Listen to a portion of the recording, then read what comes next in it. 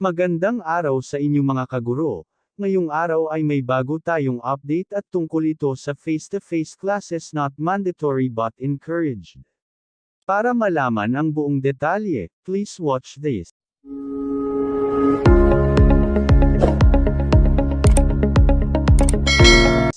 DepEd official, face-to-face classes not mandatory but encouraged.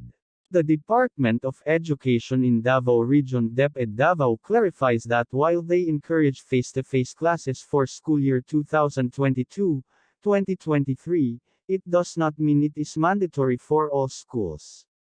We would like to correct that wrong notion of so many na that DepEd has conveyed the information already that we will be implementing the face-to-face next school year. That is not correct. It was only a statement of encouragement from the Secretary of Education, Jeneilito Atillo, DepEd-Davao spokesperson, said during an interview with SunStar Davao. Atillo said the reason for clarification of the statement of Secretary Leonor Briones is to emphasize that schools still need to follow the regulation and policies they are required to comply with for face-to-face classes. When you say you will implement it through and through already, you will waive the requirements, and that is not the correct and proper thing to do about it, because up to this very moment and in the near future, we will be subservient sa regulation sa IATF, Atillo said. He said the implementation of face-to-face classes would also matter in the location where the school is. Like the policy on which areas can employ face-to-face with respect to their schools. These are only the areas with alert levels 1 and 2, but for areas 3, 4, and 5, we cannot really implement face-to-face. So taking cue from that, dili nimo pwedeng iratsyadetan and you cannot apply it to everyone, Atillo said. According to Atillo, schools still need to comply with the regulation if they wanted to open face-to-face classes for their students.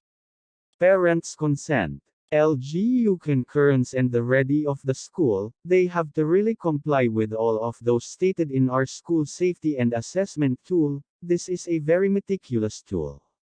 Kung dili na nimo ma-comply, if you can't comply it, then you will not be a candidate for face-to-face.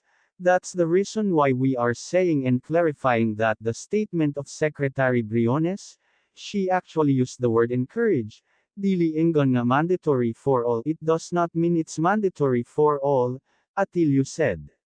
Atillo said that out of 2,698 schools in Davao Region, 1,620 joined the limited face-to-face classes or 60.04%. 1,589 or 72.23% out of 2,200 are from public schools and 31 from the private schools or 6.22% out of 498. Meanwhile, DepEd will still continue to offer and use the alternative learning modality, online, radio, and TV for next school year. Yun lamang ang ating update ngayong araw. Please don't forget to like, share and subscribe to our YouTube channel and follow our Facebook page. BFAM. Salamat!